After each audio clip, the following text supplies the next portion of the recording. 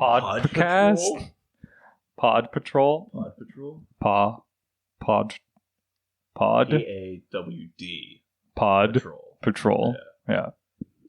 See, the problem with Mayor Humdinger is that he's not very attentive to his own constituents. If he spent more time in Foggy Bottom and less in Adventure Bay, he'd be a better mayor. Hot take. And another thing, Adventure Bay lacks liberal policies.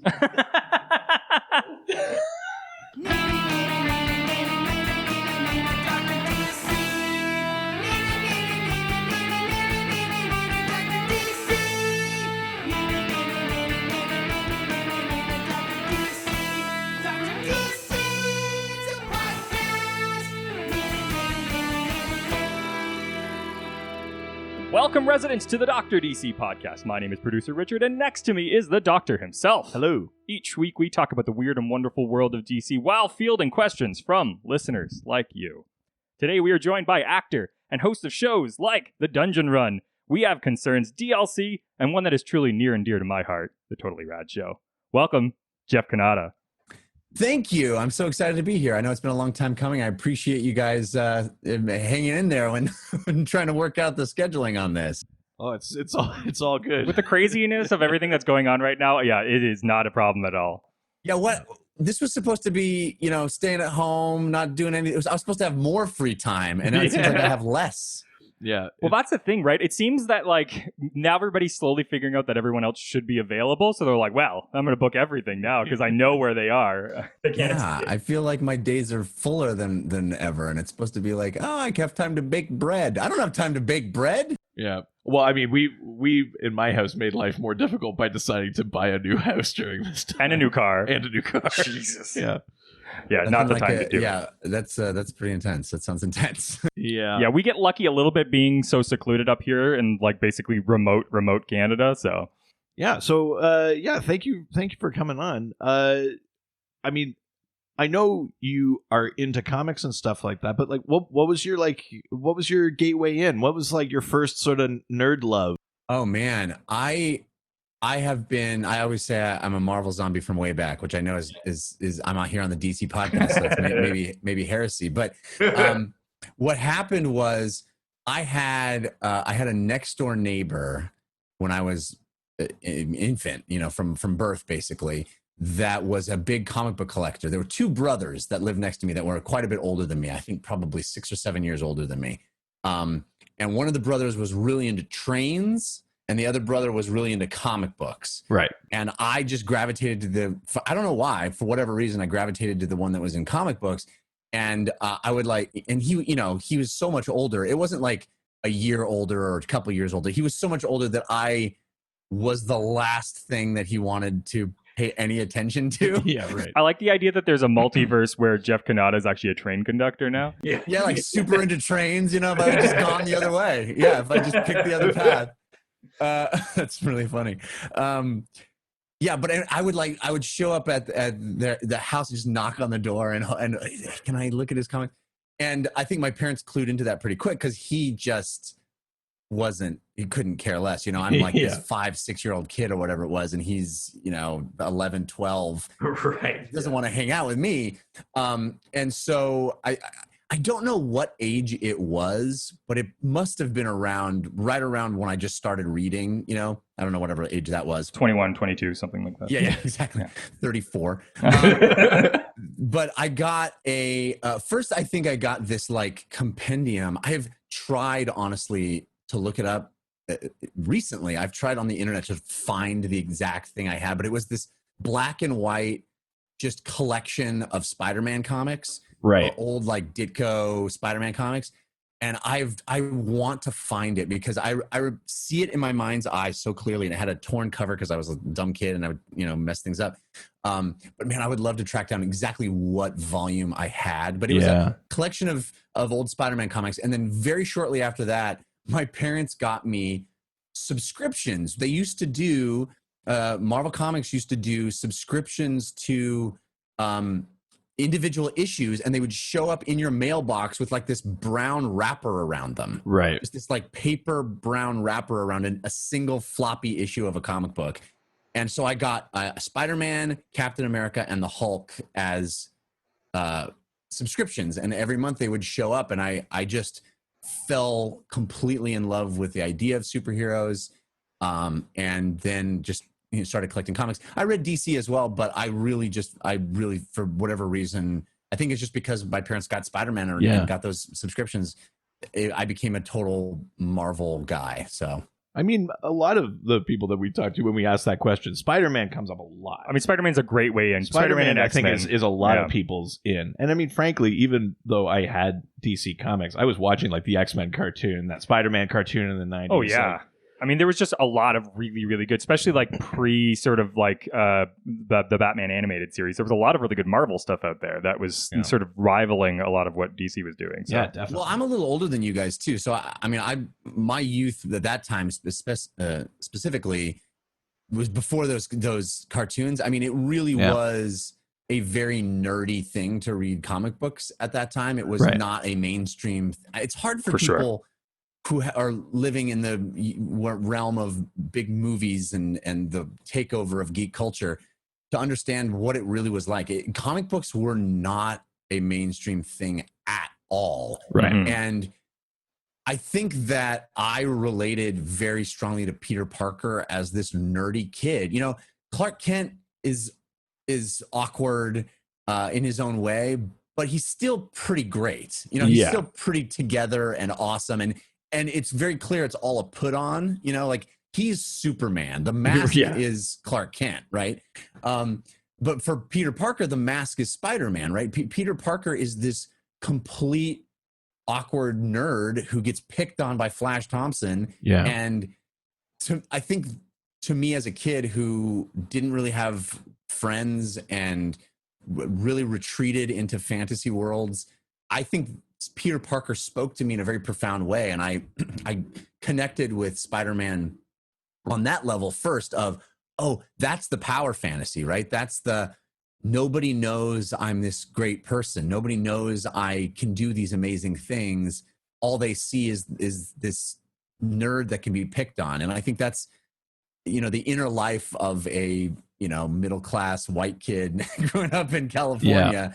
That really was my inner life. Yeah, exactly. Well, speaking of Clark Kent, I spy a Superman on the shelf behind you there. Yeah, this is audio listeners can't see, but this is a Superman with my head, with my face on it. God. Holy shit, that's right. Yeah, I mean, it doesn't look like me anymore because I have a beard and I'm gray, but this was a gift when we were doing the Totally Rad show. That's right. We started this tradition where on our birthdays, the other two guys that were hosts would do these really extravagant gifts. And I don't know how that started, but we ended up doing bigger and bigger, crazier and crazier gifts. And so the guys got me like a perfect mold of my head, and some company would put it on a Superman body. So there was a body too, right? Yeah, they did a full sort of 3D scan. Oh yeah. This is definitely my body, especially a few years ago. This is exactly how I looked. You know? You can tell by the way that he's bending like that. It's classic Jeff Cannata stance. Yeah.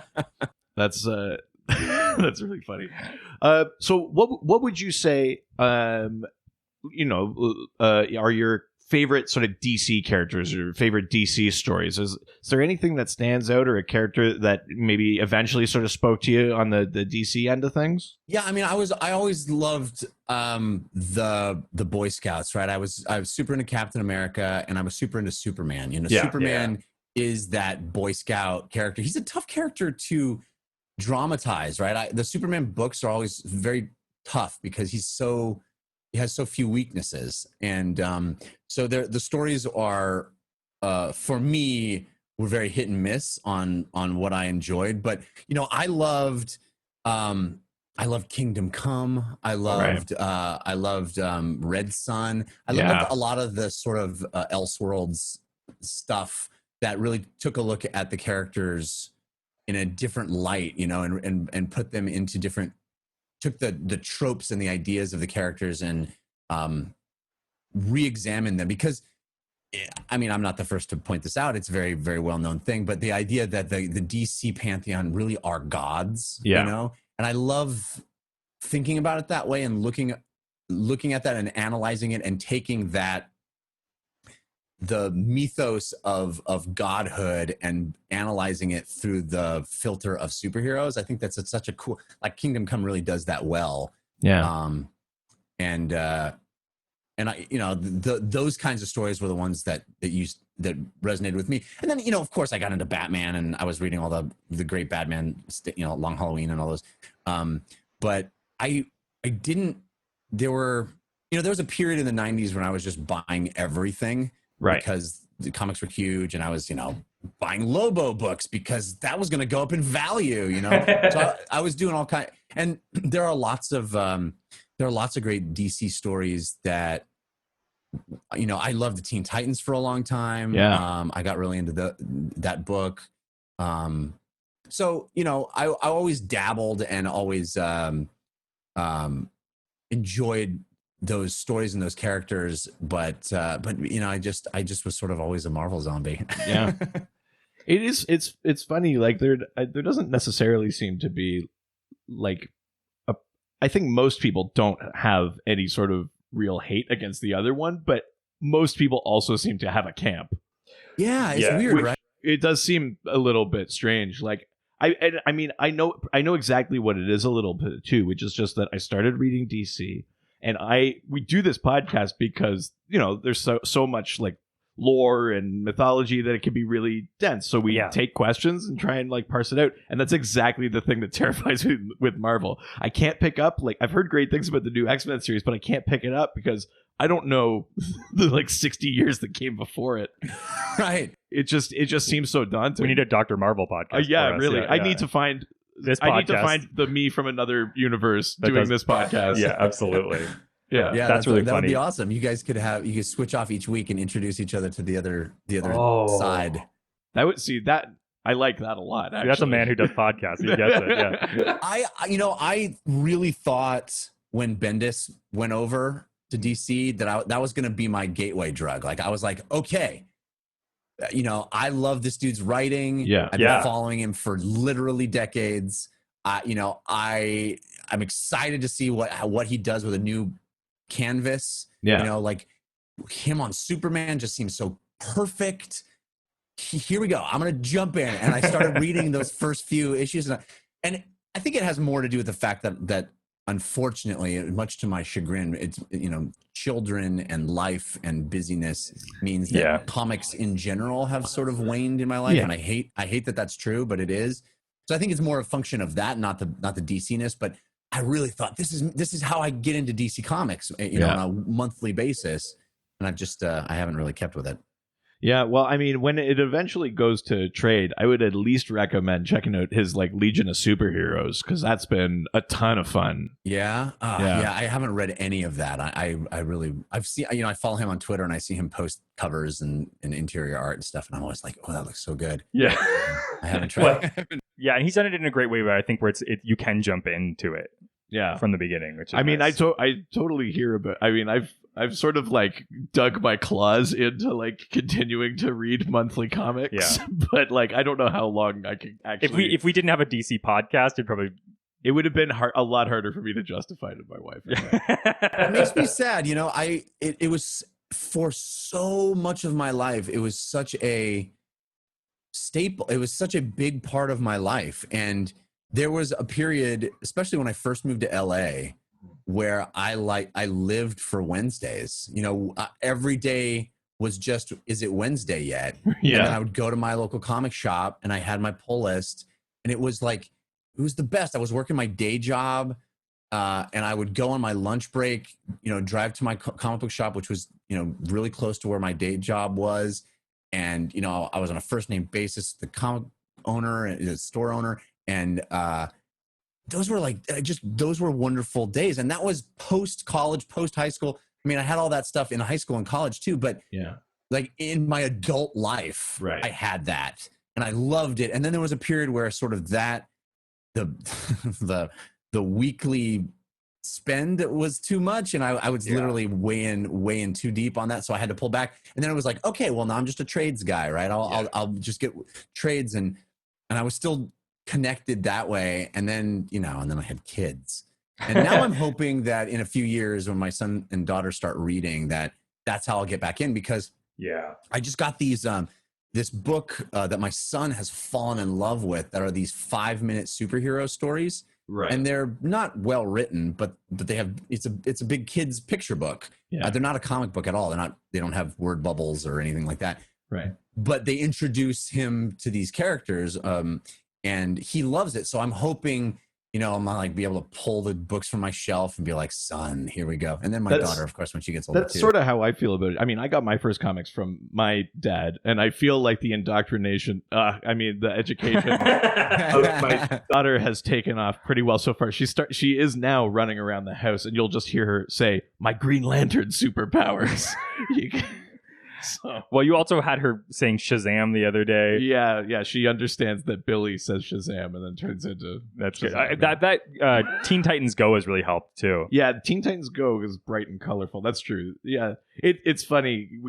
My wife is very, very into Disney, so we've got the princess movies and the Disney stuff and musicals on one side, and then it's like superheroes and stuff like that on the other side. So she's getting it's a very rich childhood.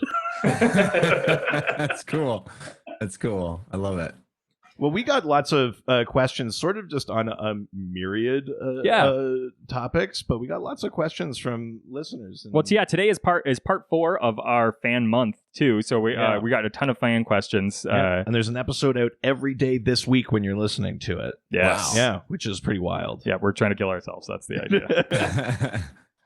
So why don't we jump into some of those questions? Let's do it, yeah. Awesome. Well, first we're going over to Facebook. Go to the face and the book. Go to the Facebook. That's right. And first question comes from Kyle Franklin, who asks, who is Lobo? Any good stories you'd recommend? So, Jeff, you just talked about Lobo. You were picking him up. You have any passion for that Bastich? Sadly, I was referencing him as a thing that I did in the 90s. And I would not recommend. I mean, Lobo was DC's answer to Wolverine and trying to have that anti-hero that you could put in anything and it would juice the sales. Yeah, and it worked for a little while, but you guys probably would know better than I. Did he have a resurgence at any point? Did somebody go, there's a character that I can actually take and make something interesting out of? Because I don't. I wouldn't say that Lobo is a character that I would ever expect could hold his own series beyond like 6 or so issues. But I would imagine there'd be some creator who's like, here's a challenge. Grant Morrison's Lobo, yeah. Oh, definitely, yeah. The coolest character, yeah. I think he's definitely got like people who love him, and they like when he shows up, they go like, great, this is the issue I was waiting for. Like Lobo was in the main roster of Steve Orlando's Justice League of America. Batman basically shanghais him into being on this Justice League. Mm-hmm. Lobo, he's shown up in like other one-shots, and he's going to be big in this is the perfect event for him. He's going to be big in Death Metal, the big event from Snyder and Capullo this summer. That's all like literally like metal kind of styled. Yeah, like it all looks like a classic rock album cover, like the heavy metal TV show, the animated movie. So Lobo's the perfect fit for that, so he's a big part of that. Essentially, yeah. Well, and he showed up on Krypton for the second season, right? Or the end of first season. Yeah, so there's even a live action Lobo in there because he was in that second season of Krypton. I do think there's people that like him around, and he was on the Superman cartoon and stuff like that. I don't know that he's one of those. He must be someone's favorite character. He must be a bunch of people's favorite character, and they're just waiting for the next Lobo issue. But he does feel a little stuck out at time. He's a little problematic. I feel like if he shows up for too long, that's when you start realizing all of the things that he's not very sort of belongs in the modern times. Well, yeah, I mean, because they were trying to make fun of Wolverine basically when they made him, and so they gave him all this like language that he could say. So there's stuff that gets bleeped out, and then he also says things like Bastich. He calls women Keezy Femmes. Which like it doesn't mean anything. It doesn't mean anything, but you know it's scuzzy. It's on the edge. Yeah.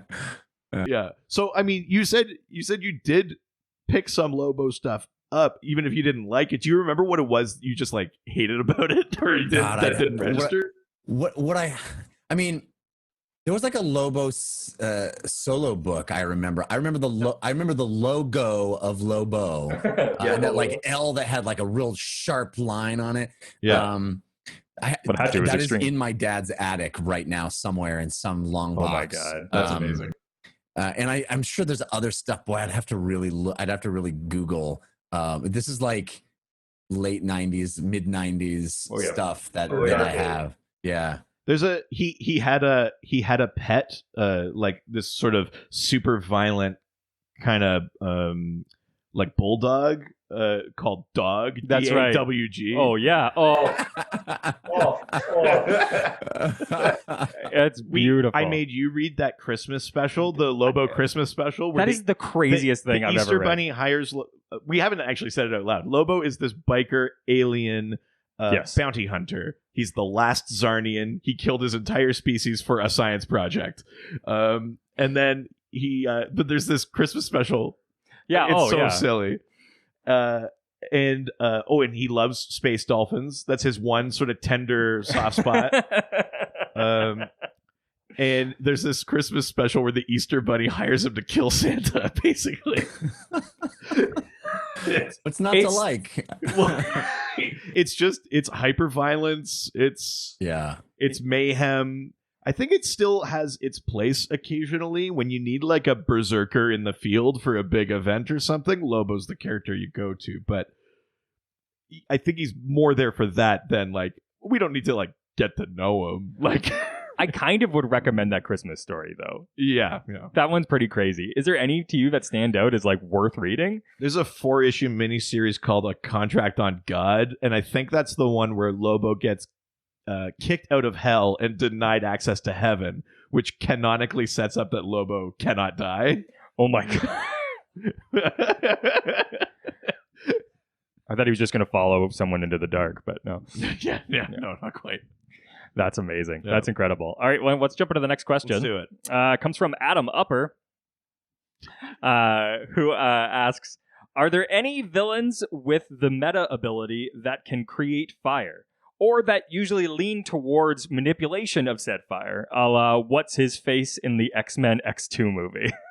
That's Pyro, right? Pyro, so. Yeah. Pyro can't create fire, but if any of the Marvel questions I can handle. Pyro can't create fire. But yeah. Pyro literally has like a gas tank on his back and then 2 little jets that are with. I mean, they literally draw little tubes. From the gas tank up his arms and out to his wrists so that he can actually create the fire. And then once the fire is created, he can do lots of cool stuff with it, but he can't create any fire. I always thought that was kind of clever. It's a cool design, but it is such a worse power than Iceman's. Yeah. It's totally worse. It's like you're screwed if there's no, it's like anybody got a match. Yeah. And that's really funny. It's funny in DC, I feel like you either don't have a superpower and you're just a pyromaniac with tech, or you can just full make and control fire. Like, I don't think anyone has that like caveat the way that Pyro does. Well, I think that one of the things, I mean, again, going to be talking about Marvel stuff. I apologize to everyone listening who's like, I tuned in for a DC podcast. That's okay. Well, we're going to delete this episode once it's that's one of the things I loved about the X-Men is, especially as a high school kid, because it's like all of their powers are curses. Right. All their powers like kind of suck. You got awesome eye beams, but also you can't ever not wear glasses. You can steal people's powers, but also never touch anyone's skin. It was always, you were a cool, able to lift things and swing on things, but you're a big hairy blue beast. All of it was kind of sucks. I mean, that's sort of the Marvel model, right? Is that every gift is a curse exactly. A little bit? That's what he's saying. Like Daredevil, you go blind, but now you can see sound. Or like, with DC, it's something terrible happens to you, and then you get abilities. Yeah, DC is like you've been through the fire, metaphorically. Now you get to just be awesome. Yeah, right. Yeah, all of DC's characters just have like psychological issues. Well, yes, there's lots of that. Yeah, absolutely. Yeah, I can't think of a fire character in DC that isn't in just one of those 2 extreme camps. I can't think of one that's like Pyro. What about villains? Or is there any villains? Because like Firefly, the Batman villain, that's gadgets. That's tech. Okay. Heatwave, the Flash villain, it was tech. Oh, Then that's he right. briefly got superpowers, but he could also make fire with that. So he went one and then the other. Oh, okay. Firestorm is like literally the nuclear man. He's nuclear fire. But that's fire. He can create fire then. He can create fire. Yeah, well, I mean, But this is what I mean. No one is like Pyro, where they can only control it. They can't create it. yeah, absolutely. Wow. Yeah. That's pretty cool. All right, let's jump away from Facebook and head on over to Twitter. Twitter. What's that sound? I think it's the scream of a donkey. It must be morning. That's right. Next question comes from Braydon. Some people say Braden, but I don't know. Braden asks, would you agree that Martian Manhunter is more powerful than Superman? How much exposure have you had to Martian Manhunter? Oh, I know him well, of course. Yeah, I also one of my favorite characters in DC. Such an interesting character with cool powers. More powerful than Superman. I think Superman has the wider breadth of powers, right? But Martian Manhunter doesn't have that like one thing that is his flaw. Well, there's something funny with Martian Manhunter. It does depend on who's writing him, because some people have made it that it's more of like an inconvenience than a legit weakness, and other people make it that it like will 100% kill him. But Martian Manhunter's quote unquote weakness is fire. Oh, right. That's true. That's which we've joked about. Which before, I mean, because when does that show up in like battles? Well, we've joked about that before, because it's like, what's that? Literally every emergency. Yeah, it's so true. That shows my my lack of knowledge. I guess that's true. So, but forgive me, but the fire doesn't matter if he phases through it. It still hurts him. Is that the idea? I think in a lot of cases, it's also like a psychological weakness, because his entire race basically goes extinct in a plague of fire. And so it's pretty, I mean, he's got trauma. Batman goes like, oh, my parents died. And then Martian Manhunter goes, everyone died in fire. Yeah. I think I've said before that I think Martian Manhunter is more powerful. He has some different powers from Superman, like phasing, like you mentioned, and shapeshifting and stuff like that. And he's often portrayed as basically Superman level, but really, like, narratively, I think Superman is always the one that comes out on top. Well, I think that's the hierarchy of the DC pantheon, is like no one is above Superman, right? Superman is I guess there are. What's his name? Generally, I think you're right. Like, at least from like the narrative sort of perspective. Like, I don't think I can think of a story where Martian Manhunter moved a planet, but Superman definitely has. Oh yeah, that's interesting. That's not to say he couldn't, but I've never seen it. Well, that's the thing, definitely display Superman's extreme power more than Martian Manhunter. That always bugged me, because, like, you know, all the famous, you know, Superman has a foot race with the Flash. I always felt like, give the Flash that. You know, it's all he's got. You know what I'm saying? Like, don't make Superman also as fast as the Flash. You know? If you have a character who's got the one thing, let them be the very best at that one thing. And then let Superman be number two. He can be number two because he's number two in all of them, you know? Yeah, exactly. I think there's a writer there's that Jeff Johns story. I think he tried to address basically that exact thing, because isn't there that in the Rebirth book you read, they're running together and Superman says, like, you know, I'll catch you, Barry. And he says, those races were for charity, Clark. And he takes off. I mean, poor Barry isn't even the fastest Flash, I don't think so. Well, no, he's not. That's true too. But I mean, I think that's 100% the issue that I think fans of Martian Manhunter would have with Martian Manhunter, is that he never gets to display his power. The only power they really let him display as like the ultimate sort of like he is stronger than anyone else is like his telepathy, the like mind that reading, sort of thing. But yeah, I mean, often they give Superman the strength nod or the speed nod or, you know, whatever. But like, should they? Right? Yeah, I think it's like, geez. He's always more interesting when when he's like without ability or like lacking something, and I feel like giving him everything makes him just less and less interesting every time. Yeah, I mean, it's so funny. I mean, the stories that you mentioned, Jeff, like Red Sun, Kingdom Come. I know those one that you like, Richard, For All Seasons. All of those Superman stories display his powers, show why he's physically amazing, but they're really about why he is personally amazing or interesting. Like that, those are always the best Superman stories, right? Yeah.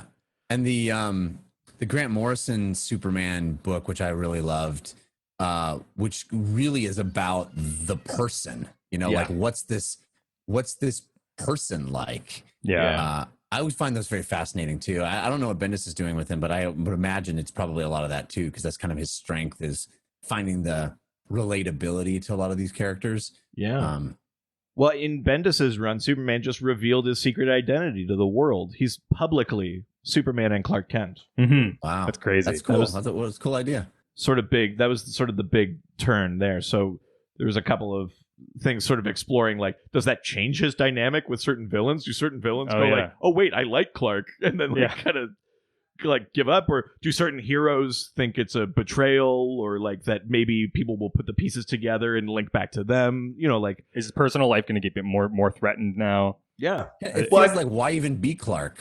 Like what's the why even spend time as Clark? Right. In that sense. He makes a point, I think, in the lead up to revealing his identity, where he's like, it's not like Lois is not in danger anyway. I mean, that's that's so true. Somehow she really finds herself constantly in trouble. So, it's like she's doing her job. She's fearless. She's constantly putting herself in danger anyway. Like, the secret identity is not helping her. It's like, if anything, it means I'm keeping secrets from other people that I care about. I'm just it's just making me bad. So what's the point? It's just like, I just need to say Clark Kent because how hard that is to put Superman on a birth certificate. Yeah, I guess on your social insurance number. Yeah. Yeah. I love that next day that Perry White comes into work and he's like, yeah, I didn't see that at all.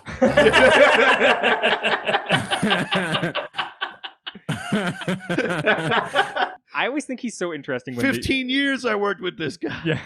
They called me a reporter. In retrospect, it makes a lot of sense, but I did not. Not a good reporter. Just him like holding up glasses and then bringing them down, holding up glasses. Going, God, how did I not?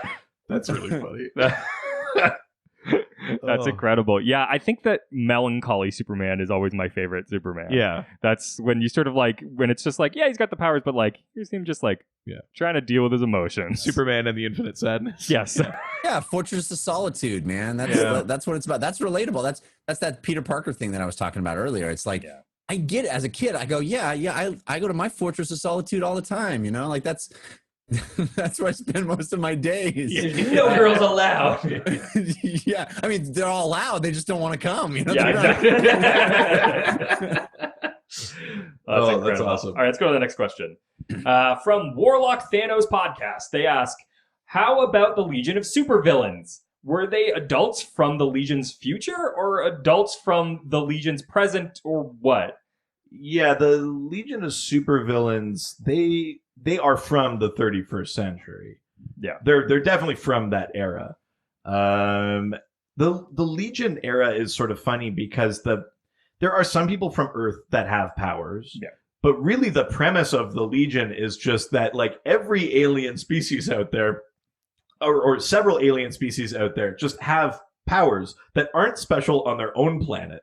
But if we took a member from each of them and then like used them as this sort of peacekeeping force, then now you've got a super team, like galaxy-wide sort of thing, is the basic premise. So like, it's cool. Yeah, Lightning Lad on his planet, just everyone just has lightning powers. It's like it's nothing. Right. But when he goes to a different planet, then they go, "You have lightning powers." So the Legion of Supervillains operates, I think, basically the same way, if I'm remembering correctly. It'd be like if I went to another planet and no one there could make a really insightful tweet. It's Jeff, I don't know what to tell you, but I think we're in that universe. It's exactly like that. Right? Because everyone here can do that, but on another planet, I'd be special. It's Tweet Man. Oh my god, save that for later. Yeah, I mean, I gotta say, the Legion of Supervillains is not, I would say, up there on my list of Legion baddies, though, right? Like, they've got the Fatal Five, which includes, like, Mono, who basically has, like, he's made of antimatter, so he could just, like, evaporate matter.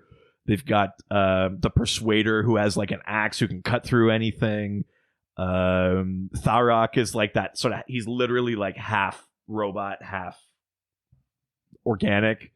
Like, the Fatal Five are, like, a really cool villain group. They've got Mordru, the Wizard, as he's a big one. The Time Trapper, who's sort of got this Grim Reaper sort of look, and he's, you know, controls time. Like, they've got a lot of pretty big villains, and I don't put the Legion of Super Villains up there. They're sort of, like, lesser.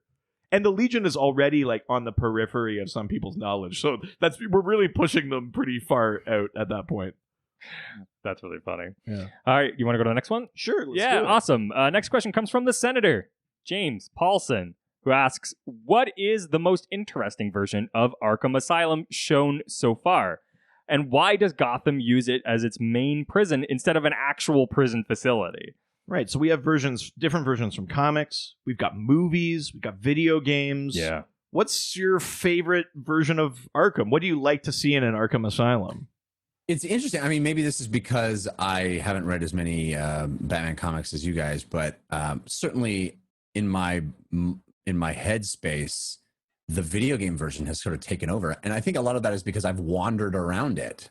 You know, I've been inside it. I've looked at every nook and cranny, and I've been inside it, and it's so well thought out, that video game version of Arkham Asylum. Yeah. There's so many places for Riddler symbols.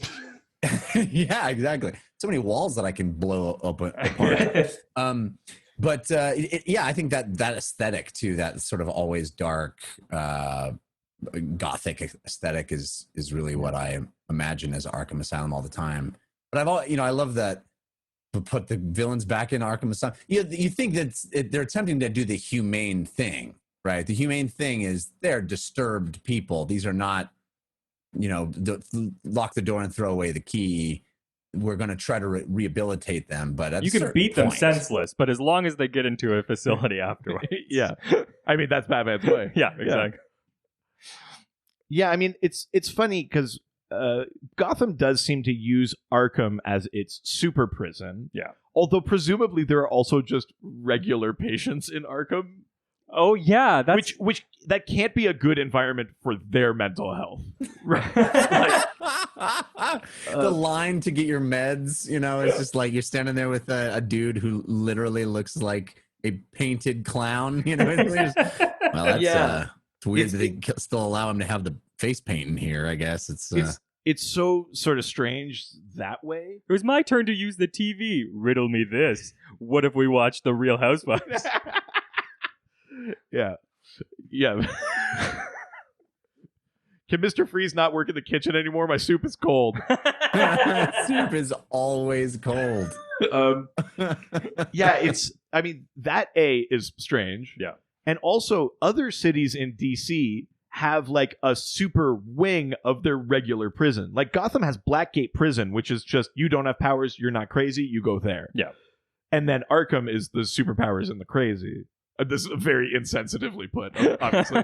But in Central City, Iron Heights Prison, where the Flash, Flash lives, Iron Heights has supervillains in one wing, regular crooks and like baddies in another. It's like it's a prison. Yeah, it does seem odd that Gotham sort of makes that distinction, and then also maybe it's emblematic of Gotham that they push out just who would be the regular patients of the asylum in favor of these people that require specialized cells or power dampening things, or like all the sort of setup in that video game that you mentioned too is like Arkham also clearly doesn't care about people's actual mental health because it's frequently the site of like torture and science experiments and like horrible things. Like in that game they show it with Bane, right? He's all strung up, and they've drained the venom out of him. It's like I mean, there's many versions of Arkham are like House of Horrors, basically. That's crazy. Yeah. Gotham has some structural issues, you know? Yeah. Yeah, putting it mildly, yeah. I think maybe Batman could do a lot of grassroots efforts, maybe, if he spent a little more time organizing and, maybe using his money in certain interesting ways instead of all that cave and... That's a thing we talk about all the time on the show. Yeah, absolutely. It's like Batman chooses to beat up like mentally like people with mental issues rather than like putting his money towards like facilitating like recovery for them or for like building like better like hospitals or like. I mean, Bruce Wayne does also do that stuff, but it's so emblematic of Gotham, I think, that like eventually someone will corrupt whatever your good idea is. You know, Batman says, "We will get you help, Harvey." Yeah. And then they end up in Arkham, and Bruce turns his back for a second, and someone goes, "What if I use this as an opportunity to, like, psychologically torture you? Like, I gotta find out who Harvey is." Yeah. And like, he basically can't close his eyes, or something horrible will happen. Like, is kind of what I do think that that's the reason why it's an asylum rather than a jail. Is I think that Batman specifically and all of his rogues all have mental health issues. Like, they put such a focus on mental health issues more than a lot of the other rogues. Is that it's all built around sort of like the Jokers and like they all like Harley. All these mental health issues. Batman has mental health issues. Like asylum, maybe like as a word feels like it fits more. It's clearly not the way a real asylum like should or does work. But like, are you sure? Yeah, you're right. Like, just linguistically, maybe it felt. I mean, I think it also just feels scarier. It's true. Batman and Gotham have a bit of a horror element, and like Asylum just makes you think of a horror film. Like, it's scary to walk. I mean, it's scary to walk into a prison, but like, there's guards and blah blah blah. To walk into an asylum is like, what's gonna happen? Like, what's that Scared Straight video look like? It's crazy. Yeah, absolutely. All right, let's go to the next question, which means we're leaving Twitter and heading on over to Instagram. Now we're going to Instagram, take some questions and answer them. Yeah. First question comes from the real Josh Gill. Gill. Oh, Gill. Who asks, if Superman and Batman were animals, what animals would they be? Can't choose dogs. Right, so we can't just say dogs because they've got crypto NAs. We can say bat? Yeah, Batman gets to be a bat. Superman also has to be a bat. Yeah. I mean, I think you just blew this wide open. Oh my god, that's incredible. You messed up, Josh. Yeah, didn't cover your bases. I think that's the issue here. I mean, Batman as a bat definitely makes sense. Have you ever read that, since speaking of Elseworld stories, have you ever read that Red Rain where Batman basically goes up against Dracula and becomes a vampire? No, that sounds cool though. Yeah, it's very 90s, very sort of extreme. Yeah. It's pretty fun though. That's amazing. So what animals would they be other than dogs? And obviously one could be a bat. Yeah, what would Superman be? Superman would... What animal would Superman be? I feel like he has to be like a lion or some like stallion of something regal and right. Something. Is it bad that I want him to be a giraffe though? You want him to be I just want a giraffe flying with like the long neck, like just on the visuals. Yeah. Probably be something. The horse thing is interesting because Supergirl famously has a super pet, Comet, the super horse. That's really funny.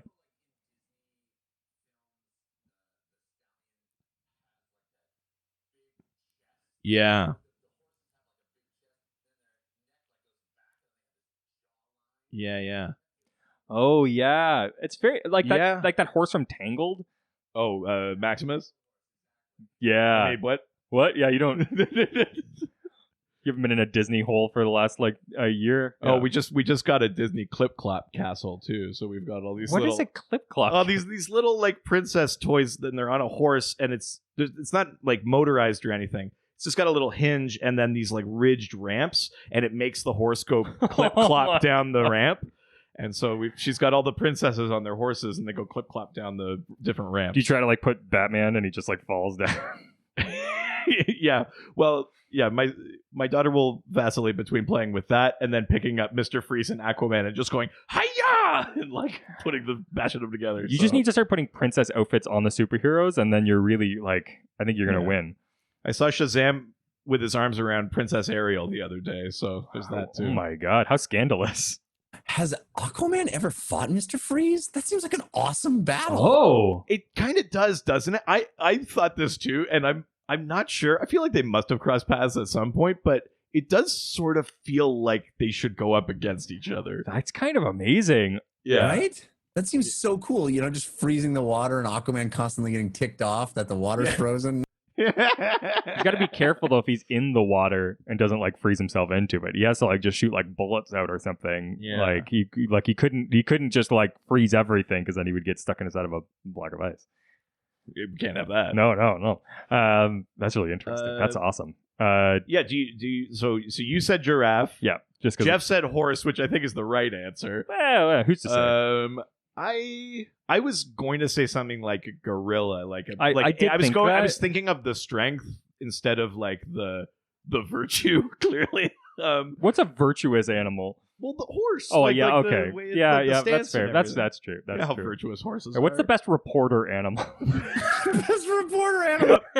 A parrot. Oh Ah, yeah. It repeats what it hears. Yeah, that's right. Oh my Daily god. Planet. Brr. yeah.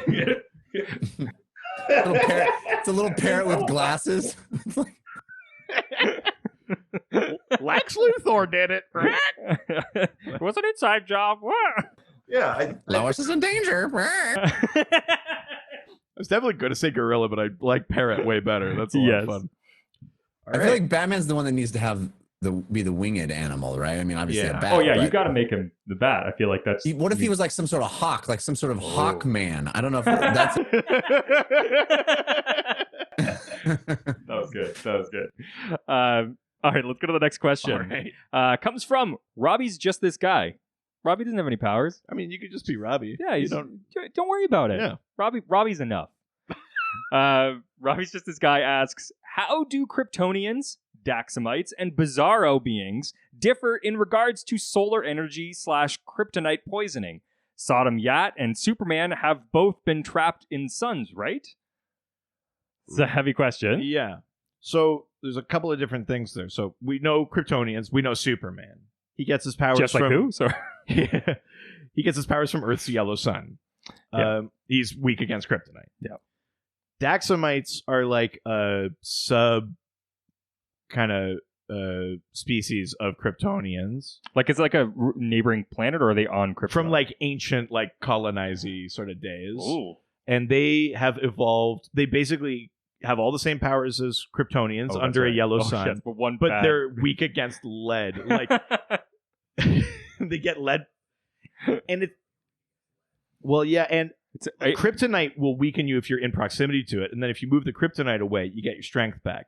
For Daxamites, you're exposed to lead, and you just keep dying. Well, good thing there's no like weapons that on Earth that could potentially put lead into them. I mean, a Daxamite couldn't buy like an unrenovated apartment, basically. Like it's the. Yeah, exactly. They can't buy toys at a garage sale. yeah, They can, it's can't use a pencil in the 50s. Yeah, and then Bizarro, before he was like a deformed clone sort of Superman, he was from a different planet. Yeah. He's from Bizarro World, which is a cube, and says me am best hero ever, like that sort of stuff. Yeah, he's the opposite, right? Like the sun is good for him. I mean, the sun is bad for him, but kryptonite is good for him, right?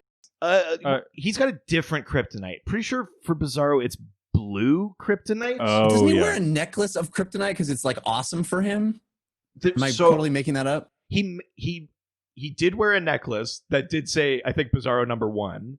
And then I think there have been versions where that is true. But what you're describing also exists.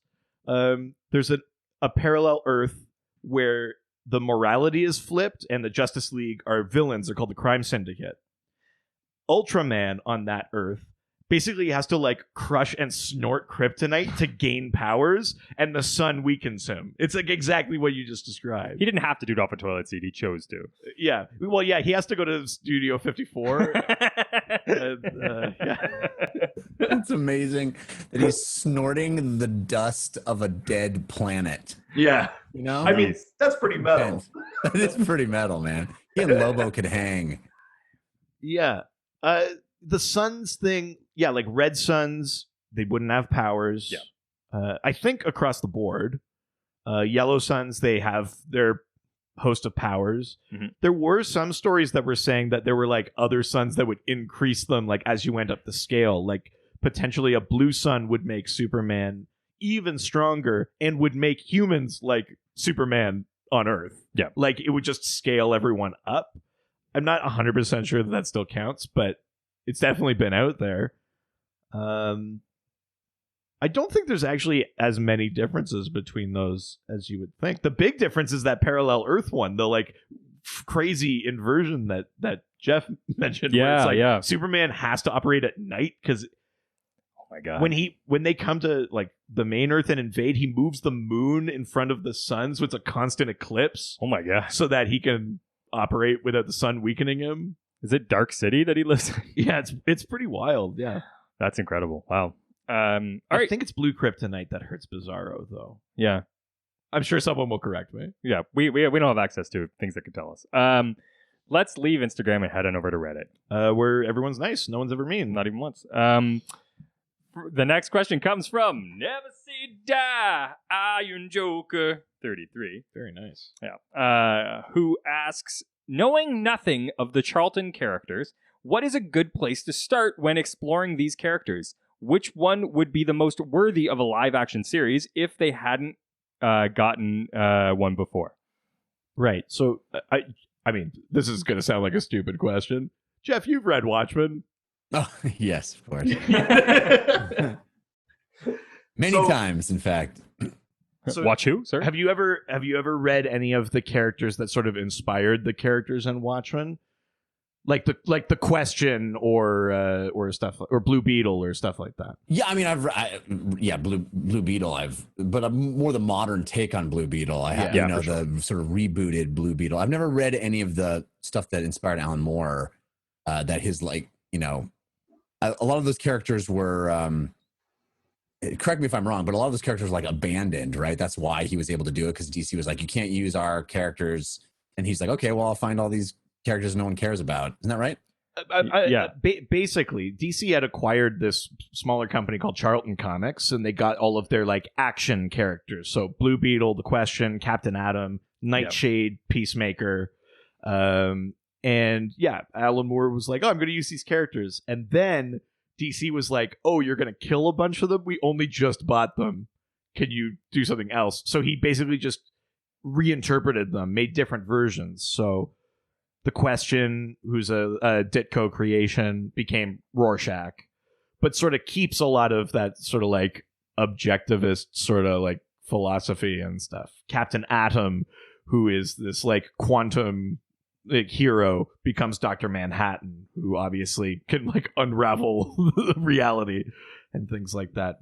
So the Peacemaker is a character who like he wants peace so much he'll kill for it, is basically the tagline. And he becomes the comedian. Yeah, right. I mean, it's so funny. It's basically it sounds like a joke, but it's literally the stance of every government. Yes. Yeah. 100%. Yeah, I mean, it's the most biting form of satire. Basically, it's just to do exactly what the thing is. Like that sounds ridiculous on the face of it, and it's like, oh wait, no, that's literally foreign policy. Yeah. Yeah, pretty much, right? Yeah, so all of those characters basically inspired Watchmen.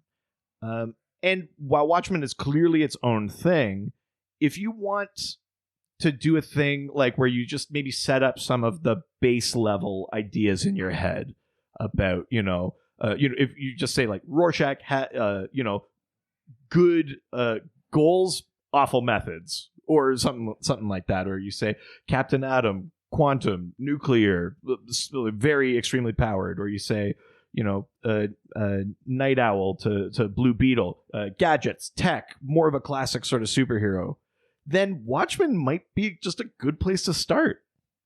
You read Watchmen and you get some of like the tropey sort of stuff in your head, and then you can go and find old Blue Beetle books and The Question. You can read Denny O'Neil and Dennis Cowan did a Question series that is pretty seminal. That's after DC bought them. That's a pretty good one.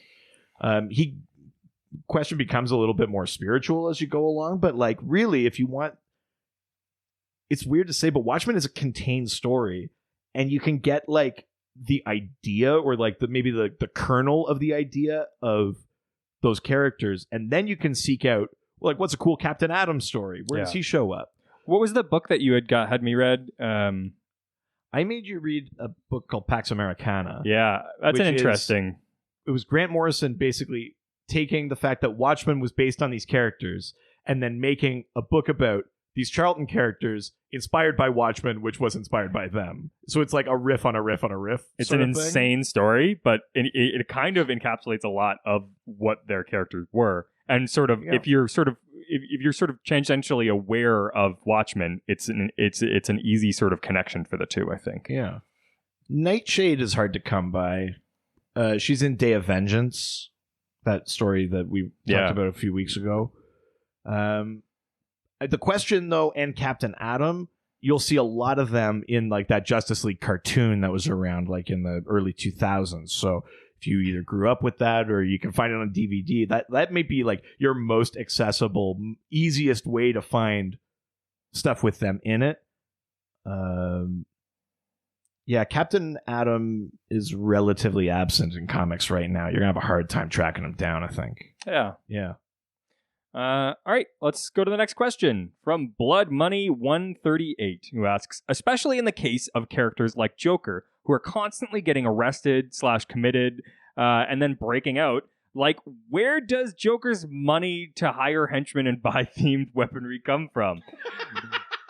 Wouldn't they have seized his assets when Patreon? he Everyone got knows arrested? it's Patreon. It's actually his OnlyFans account. A lot of people don't know that. He goes all the way. There's a lot of balloon work on that one. Yeah, and balloon and cakes. Yeah. It's like Joker here. Time for another Kickstarter. We're 20% of the way to our goal. Henchmen aren't cheap, but we got some great stretch goals. I'm gonna get a giant mallet. We get past the next stretch goal. We get a giant mallet. I'll whop the bats on the head. Oh my god, that's incredible. Yeah, I mean, the back half of this question is, wouldn't they have seized his assets when he got arrested? I don't know if he has assets necessarily, at least like legal assets. I think that, that implies that the Joker's got a checking account or something like that. God, the mortgage rates on this are killing me.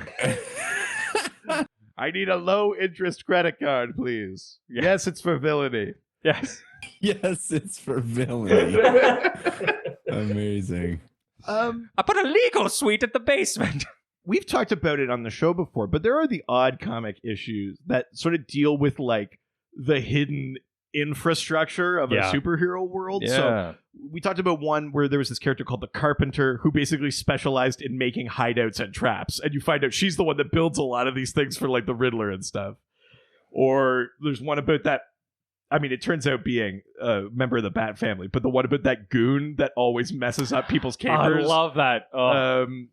They constantly have to hire this goon just because help is hard to find, and he always fucks it up for them. All of the villains in town, Yeah, and Marvel does that as well. They have like the company that basically like comes around and fixes all the buildings that get toppled in superhero battles. And Is that Damage Control? Yeah, Yeah, I love those. There's a bunch of DC stuff too, like the You'll have to help me with titles, but like all of the detectives that are just dudes that they're just normal guys that have to handle all of the fallout of superhero things. Aren't there like a bunch of books about just hanging out in a superhero world but being a regular cop?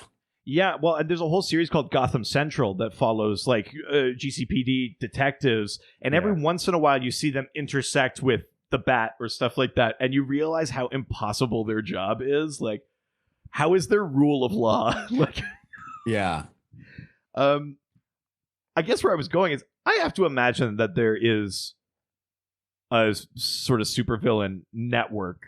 Do you think that there's for like things? I mean, or he just goes to the bank and steals money that pays people in cash or stuff like that. But like, there must be some sort of network. It used to like be in Despicable Me, they have like the bank for supervillains. yeah, there could be something like that, or you know, I think it's the same one. It's the Despicable Me one. It's Exactly. the same one. I think it's like, or it's like arts funding. It's like project based, where you like Lex is like, okay, I kind of like this idea. Here you go. Like, I think it actually what we're supposed to believe is that he just steals what he needs. I think right? so. The bad guys just knock over the bank, and that's how they get the thing. That I feel like the henchmen aren't paid a salary; they're in it for a percentage of the take, right? Oh, that's interesting. Yeah. They don't have like retirement savings or anything. Like that. He's got 401k with the Joker. Yeah. The- We do 401k match. Yeah. yeah. Yes, the work is hard, but the benefits are criminal. I think the other issue here too is that like Gotham City and other cities have done such a poor job of repurposing abandoned properties. There's like always a place for them to squat and build a hideout. Yes. That's true. Yeah. There's an entire abandoned amusement park in Gotham. You'd think somebody would just be like, let's knock that down. Yeah. Let's knock it down. Do we need half a roller coaster right along the bay? Like, I'm gonna be honest. A lot of bad stuff's happened here. I don't think anybody's ever gonna fix it up. It's actually privately owned by a T Joker. T for the. Yes, exactly. there are comics where the My Joker, friends call me the. Yes. Mr. Joker was my father. You can do for all my employees, they just call me Mr. T. There are a few stories where the Joker needs to pass something off as legitimate and he uses like a fake name like Jack Napier, which is like a play on Jackanape, or like Joe Kerr. Like he's literally used that one before. So maybe occasionally he goes and applies for a loan with like a fake social security number or something. I love that. I think Jeff's right. I think he's mostly just stealing it. That's awesome. All right, let's get to the last question. Let's do it. From Skolton97, who asks, oh God, please don't tell me he was born in 97. I'm going to puke. Oh God, that's possible, yeah. Skolton97 asks, why did Oliver and Hal go on their road trip? Yeah, did you ever read that it was like that Hard Traveling Heroes, the Green Lantern, Green Arrow kind of team up series? Yeah, I did. The Green Lantern, Green Arrow in particular, which I always thought was so weird. It's like Green Lantern who has basically infinite powers. You know, just like what does your imagination say you can do? Yeah. And then also a guy who has a bow. You know, it's you know who I need as a partner. Let me find the guy like with Hawkeye in the Avengers, I guess, right? Yeah. How dare you? You're insulted that he would be compared to Hawkeye? Besmirch Green Arrow that way. It is funny. My son, as I said, we were reading these stories, and he's sort of taken with Hawkeye, and I'm like, why Hawkeye? He's really just a Jeremy Renner fan, actually. Oh yeah, yeah. He loves that. He loves that Fourth Born movie. Yeah. He's really into. Crap! I couldn't think of the bomb movie. What's the bomb Hurt movie? Locker. Yeah, he's really into Hurt Locker. That sounds like Hurt Locker's amazing. Best picture. He actually just likes his music. Just likes his music. I like to imagine that CD came out in the Marvel Cinematic Universe. Oh my God! That Clint was like, now that we've beaten Thanos, I'm gonna get back to my true passion. Time to get back to what I really wanted to do with my life. It's butt rock. Oh my God, that's amazing. So they went on a road trip. Why? Yeah, I mean, I think the general setup of it though is that because of Jeff's point that Hal is this sort of cosmic, imagination fueled, like I think Green Arrow says it to him. It's like, it's easy for you to like knock asteroids out of the sky, but like, how have you dealt with like systemic racism? And Hal goes, I don't have a construct for that. And that's sort of the premise of that series is they go on this road trip and it's like grounding Green Lantern. It's also Green Arrow learning, Green Arrow is such like a anti-authority sort of figure that, Hal as a space cop, that's like tantamount to fascism for Green Arrow. So they're, it's one of those ones where they're sort of learning how to work together. Green Lantern is definitely learning that like there are ways he could be maybe using his powers or being helpful that are not just like we need to restart the sun or things like that, right? There's a line I think in one of those books where like a resident of this tenement or something says to Green Lantern, "You've done lots for the purple skins and the yellow and the purple skins and like the orange skins, but what have you done for the black people?" Like, oh wow, and he like calls him out, and Hal goes, Yeah, that's really interesting. I can make a big green fist come out of the air. Who here has ever seen a go-kart? Wow. Yeah, I mean, I think there's also that thing too. They show it in like Batman stories a lot too, where like it's not only just the scale of things, but like Green Lantern doesn't know how to operate on a street level. So he goes in and he goes, "Oh, that's the bad guy, punch." And then Green Arrow goes like, "No, we need to leverage it. We need information. We need to know things. You've messed this all up, you stupid green buffoon," basically. That's cool. Like, that's actually a really clever take.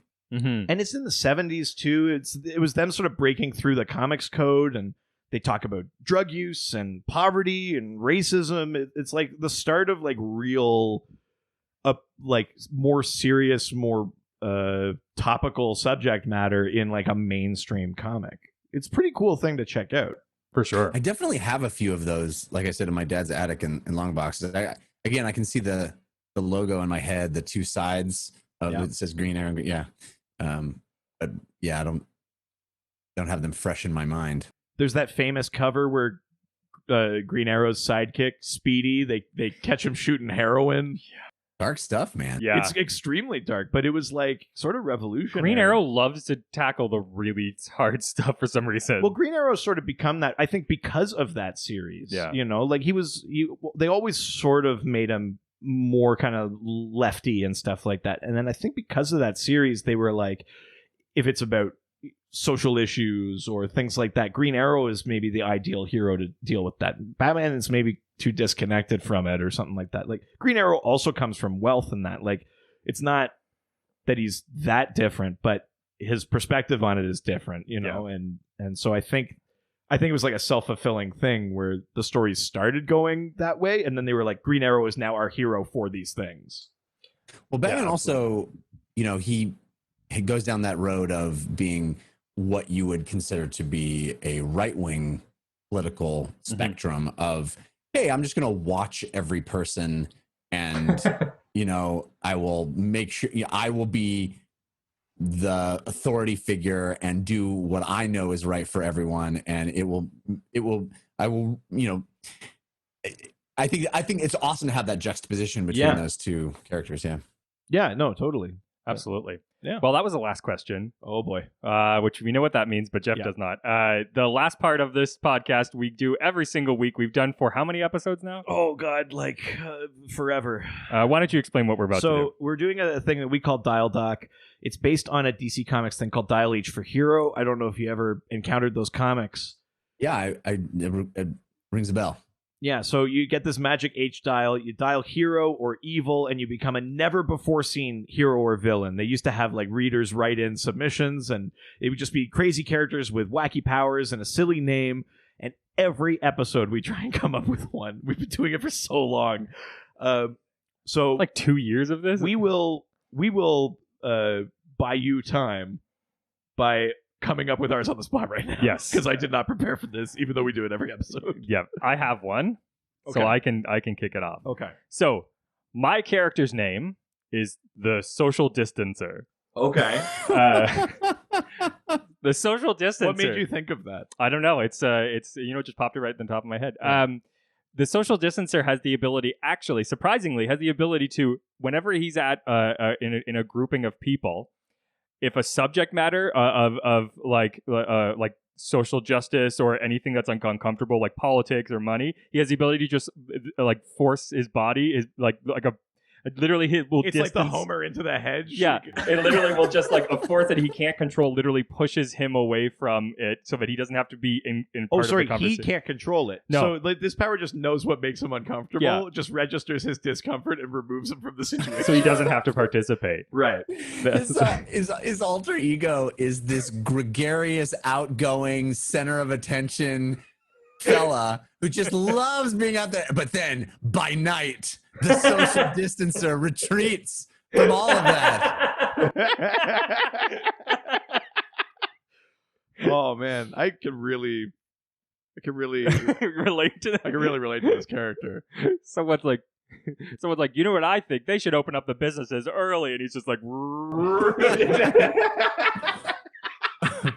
By day, Barker Blevins is the life of the party, you know, and he's like, hey, everybody, who wants to laugh? But by night, the social distancer couldn't be farther away.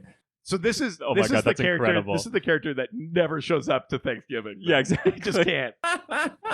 That's his weakness is Thanksgiving dinner. Yeah. Oh my God, that's incredible. All right, I'm gonna come up with one. I mean, I have. You one have ready. one. No, you haven't. You're locked and loaded. You're not stalling for time at all. You've literally got this locked. You're ready to do it. Mine is called. Okay, this is. I can spell it, but I don't know that I can pronounce it. Mine is called in absentia, Oh, and basically they have the power to remotely induce birth. What? Does the person have to be like obstetrics? So they're in absentia. So they're do they have to be Oh, yeah, pregnant? they have to be pregnant. They can't And just you but- don't even need to be pregnant. It gets you both pregnant and makes you have a child. yeah, they have the, and it's not like it wouldn't be like if you were pregnant, they couldn't like induce early birth. It would Oh, like okay. speed up the process. Oh, okay. And then that's you would good. like Thank it would God. get you to the 9 month Jesus. mark, and then you'd give Oh, birth. you were walking a tightrope right and now. they can do it from So disturbing. Actually, So the- disturbing. The only place they can't do it from is within the room. They have to be somewhere else. That's in absentia. What is wrong with you? I don't know. That's it. Batman, the Gotham hospitals are overrun with newborns. We run out of rooms. What could possibly be going on? It sounds like in absentia is happening. He's using his powers to distract us while he knocks over the Bank of Gotham. Meanwhile, at the Bank of Gotham, everyone is at the hospital dealing with all the children. I think that in abstentia's like alter ego runs like a crib making company or Thank something. God, that's where you went with that. Jesus. Yeah. An orphanage. Oh no! Oh no!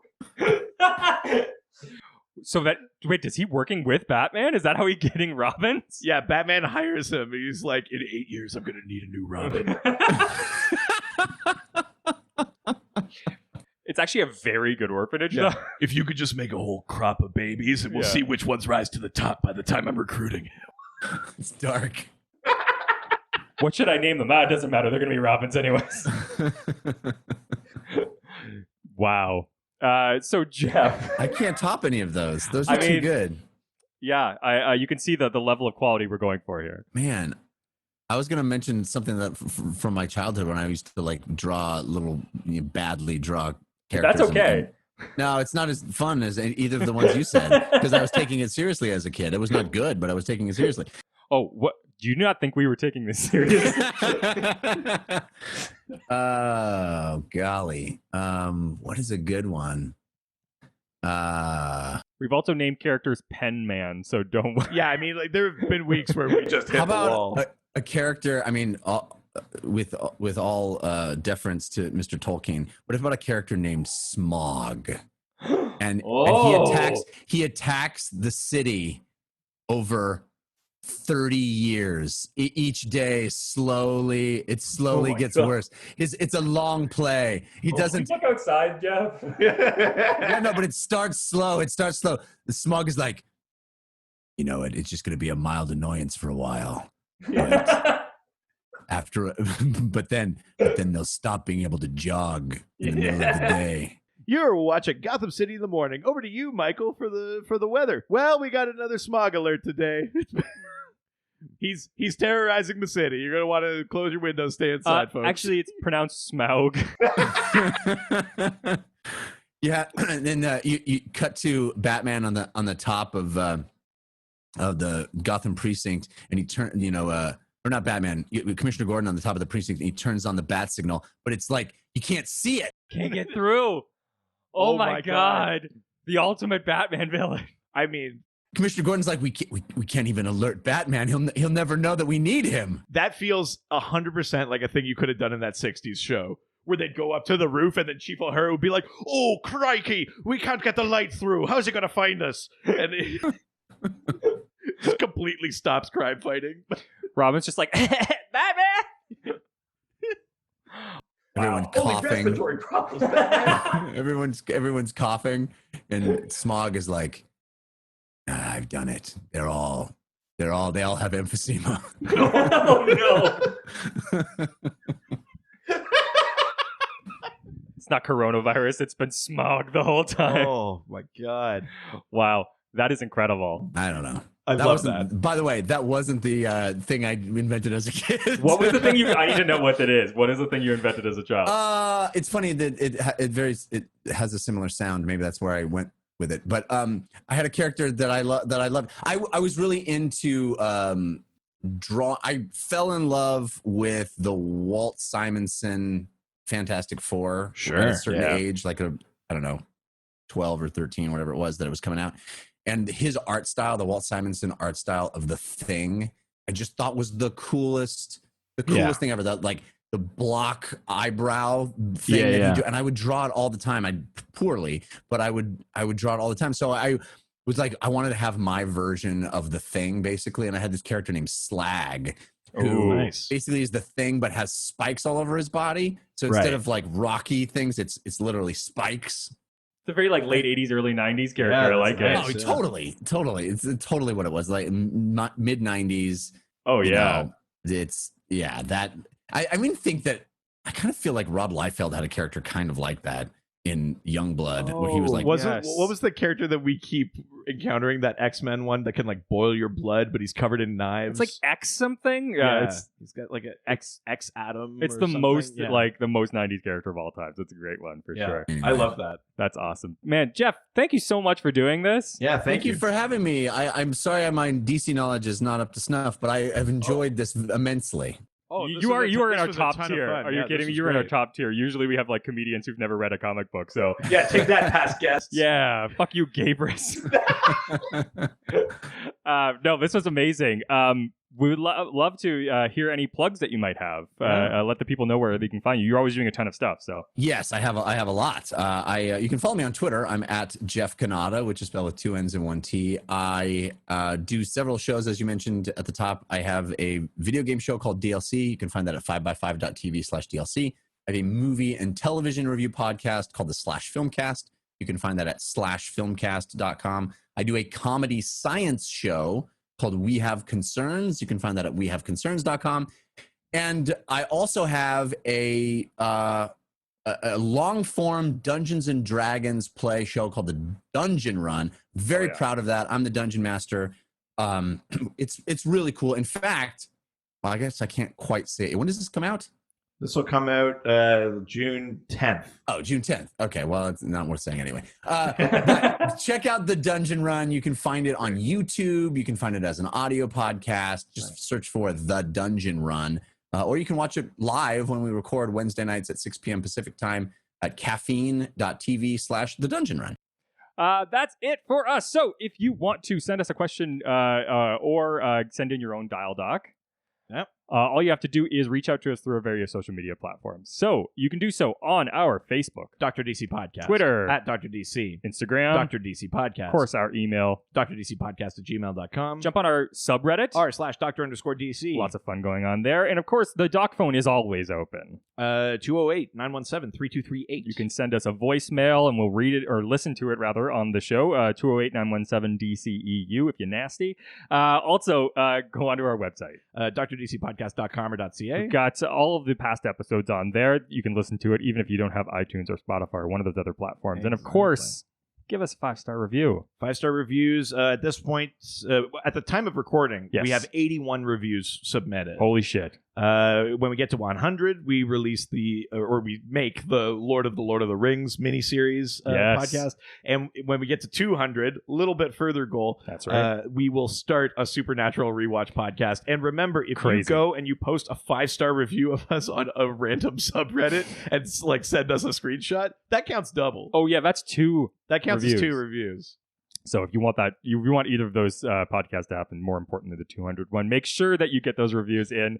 And of course, if you want even more of the Doctor, you like the idea of those podcasts, but they're too far away, well, make sure you get those reviews. And then, of course, we have extra content that we put out every single week on Patreon. Patreon.com/DrDC. There's the $5 level and the $7 level. We're in the middle of Fanagar right now. There's tons of stuff happening over there. Yeah. Extra full episodes every week. Video episodes about things I'm currently reading. You get to help decide episode themes. Currently, the Patreon subscribers are deciding which eliminated Fanagar tournament competitors are going to re-enter Holy shit. for the final. The Last Chance Kitchen. Last Chance Kitchen over on Patreon. So yeah, and that just helps support us make cool new stuff for you guys. And even if you need even more, I know you want every single day of the week you want to get content from us. Well, you can, because every Thursday we put out a YouTube video that's not DC Comics, but it's our Scaredy Guys at YouTube. That's right. We play video games that make us scared. Yes. We recently had to go underwater in Man of Medan and almost had a panic attack. Yeah, so, that's right. yeah, that one just went up this morning. So make sure that you check that out. Well, it would have been, there's probably 2 episodes that have come up. 3. Yeah, I mean, at the time of recording, it just went up. But yes, there's lots out there. So check it out, subscribe, like, and comment. Let us know what video games you want us to play. Yeah, absolutely. Well, that's it for this week. We'll talk to you next week. Adios. Ciao, ciao. We'll talk to you tomorrow. Oh my God. Adios. Ciao, ciao. Heroes, they always fight for what is right. Live with danger and adventure, they are men of might. This was a Brain Freeze podcast.